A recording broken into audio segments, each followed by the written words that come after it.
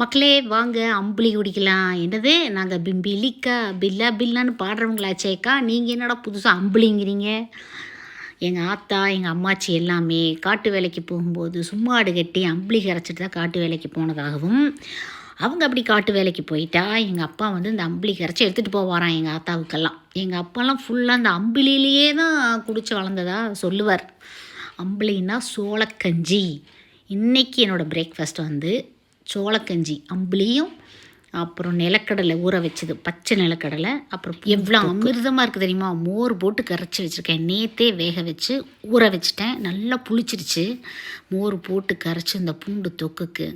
எதுக்காக சொல்ல வரேன்னா, அதாவது 10 வருஷத்துக்கு முன்னாடி நல்லா இருந்த முடியை வெட்டுன்னு வெட்டி ஸ்டைல் தான், எல்லாம் கொழுப்பு தான் ஸ்டைல் பண்ணுறேன்னு பண்ணி, அப்புறம் கோவிட் வேக்சினில் எல்லாம் கொட்டி, அப்புறம் பட்டதுக்கப்புறம் தான் நம்மளுக்கு புத்தி வருது. இந்த ஒரு 10 இயர்ஸாகவே இந்த மாதிரி ஹெர்பல் ஆயில், ஃபுட் ஹேபிட்ஸ் எல்லாம் சேஞ்ச் பண்ணதுக்கப்புறம் தான் என்னோடய பழைய முடியை வந்து என்னால் கொண்டு வர முடிஞ்சது. சரிங்களா?